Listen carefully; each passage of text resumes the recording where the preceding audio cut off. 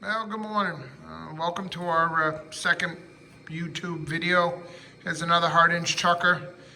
This machine is already sold. This is going to a company down in Connecticut today. It's kind of dreary out there, so we have to tarp it up, which I hate to do, but I promise is a promise. I said I'd deliver it Wednesday by lunchtime, and it's Wednesday, and we'll deliver it by lunchtime. So that's all beside the point.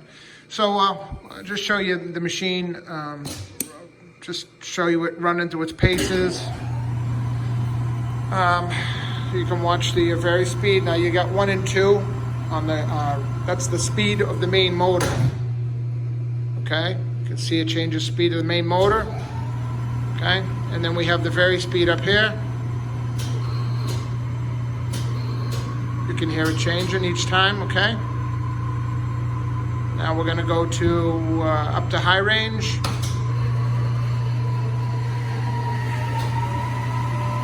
3,000, 22, 18, 1550, 1250. Okay. So what we do during a main rebuild, now there's the brake assembly, works real good. So what we do on a rebuild like this is just not really a rebuild, a refurbish. This machine came in, the spindle was perfect, no run out. Spindle bearing sounded great, the bed plate's in great shape. So what we did is we did a collar closer rebuild. All right, you get the clutch cone gets replaced, handle gets cleaned up, collar closer bearing gets replaced, just the fingers get replaced. We come down, all the legend plates get replaced on the doors, all over the place. All these little black plates, they all get replaced. The carriage gets dismantled, carriage gets removed, all the oiling system gets cleaned out. Oil pump gets rebuilt if it needs it with new filter on the bottom of the pump, new sight glasses, the restrictors in the oil manifold underneath here, those restrictors all get replaced. The power feed motor gets dismantled, and we take the armature, send the armatures out, and we have armatures that are already rebuilt that we install. So it's a rebuilt armature, new bearings on both ends, new wiring for the power feed motor, new brushes. Then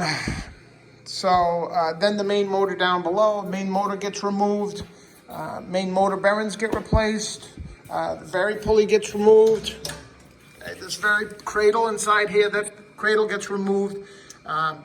This vary speed is a huge problem with HCs. It just is. Everybody who has an HC knows that. But anyway, this gets retimed with the nut, with the micro switches, etc., etc. We put new bearings and new shims in here. We make sure that's all set. Again, we went through this one, and the brake coil, there's a problem with this. You got the aluminum body, you got a steel cylinder that slides in and out for the brake. The steel cylinder will get a little corrosion. I don't know if that's just similar metal corrosion, whatever, but those brakes get a little sticky over time. So we completely remove the brake assembly, we clean the brake assembly, we clean the cylinder, and we reset that all up and put a new brake shoe in it. For those of you that know, it looks nothing but like a wine bottle cork, but they get a few bucks for it at Hardinge. It's the way it is. So then we get over here, we get your collar closer trays. I mean, it's simple stuff, but they get power washed, cleaned real good in our parts washer, and they get recoated. You can see the coolant pump here. The coolant pump was removed. Coolant pump tested fine. The coolant pump worked great. So we removed it, cleaned it, painted it. Simple things. We replaced the door latch, replaced the door rubbers on the doors. Power feed motor gets rebuilt. The power feed motor gets rebuilt, and the controller gets gone through. If it needs to be rebuilt, it'll get rebuilt. If it needs to be replaced, it gets replaced. The rack and the pinion on this machine were in perfect shape, so those didn't get replaced, all right? They didn't need to be done. The dials, okay, these dials are crazy expensive. They didn't need to be done, so they just get cleaned up, all right? But all the little legend plates, all of these plates all over the machine, one on the front door, the micro switch cover, the power feed cover, this plate up above. This plate here is almost $200 now from the factory. And then we go through the electrical cabinet. Okay, so electrical cabinet gets cleaned out. All the contactors get removed and cleaned individually. Okay, all those contactors get cleaned. The nut gets adjusted for the cross feed to, reduce your backlash. And, but like I said, I mean, if the machine, we buy machines that we make sure that they run good and make sure that the spindle has no run out and make sure the spindle bearings are good.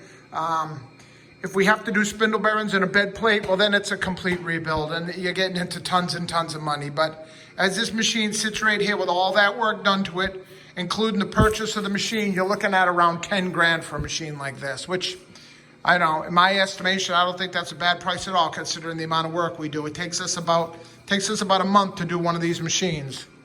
So we have a team of people that that's all they do is rebuild the chuckers. So anyway, if you're interested, you can look us up on the internet, Precision Machine Tool Services, www.hardingerepair.com. My kid keeps telling me, Dad, don't say www. That's an old person thing. Well, you know what? I am old. That's the way it is. But anyway, I apologize for if I made any mistakes during the video. Call me out on them. Feel free to do that. But it's only my second video for YouTube. Just kind of want to show you what the customers, what they get for their 10 grand. Okay? All right. Have a good day and stay safe out there.